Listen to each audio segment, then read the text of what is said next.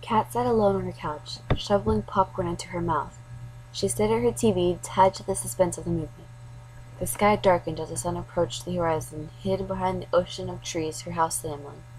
One lone tree stood in the center of a yard, visible through the living room window. A menacing presence filled the area, yet to make itself known.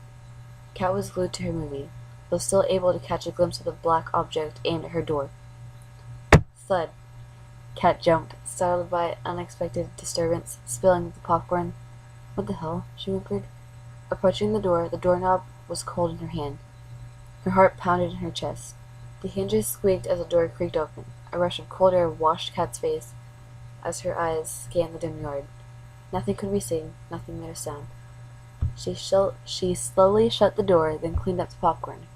She had just sat down when another black object hit her door with a louder thud than before. She looked at the tree in the yard, almost certain she saw it through it. Kat sat there watching the tree, waiting for something to happen. It's just some kids, she thought. Nothing to worry about. She quickly made herself comfortable and began to turn on another movie. Minutes passed, and another thud shattered the silence, shaking the door. Kat raced for the lock, and quickly shut the blinds. They'll go away, she said, but grabbing a knife to calm her nerves and give her a sense of security. Tap, tap, tap. She heard light pecking on the living room window. The pecking grew louder, faster. She froze there in place, staring at the windows as the tapping became more profound. She was afraid to investigate, but brave enough to stand her ground.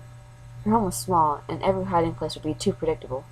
Besides, she didn't want to hide. She wanted to see it coming instead of cowering in fear. The tapping suddenly stopped. Kat slowly made her way to the door and put her back to it. A shadow eclipsed the light from the window atop the door. She stood just out of sight, holding her breath. With her back pressed against the wood, she could feel it knocking, 3 times, softly. Kat could hear the galloping beat of her heart in her head. Her anxiety rose to the peak. 3 more knocks at the door, harder this time. "Let me in," a hoarse whisper slipped through the door and into Kat's ears.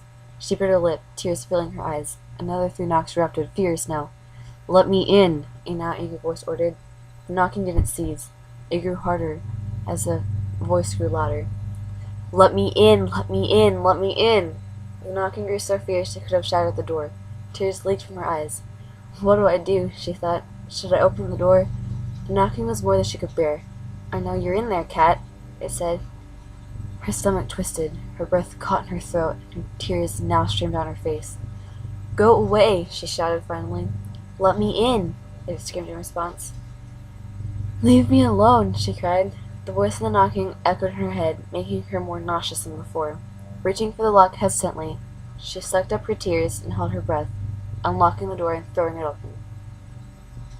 Nothing was there. The tree stood in the yard, unmoving. No wind. Nothing. She shut the door, shaking with fear. With the click of the lock, the room grew cold. Goosebumps covered her skin. "Thank you for letting me in," a voice whispered behind her.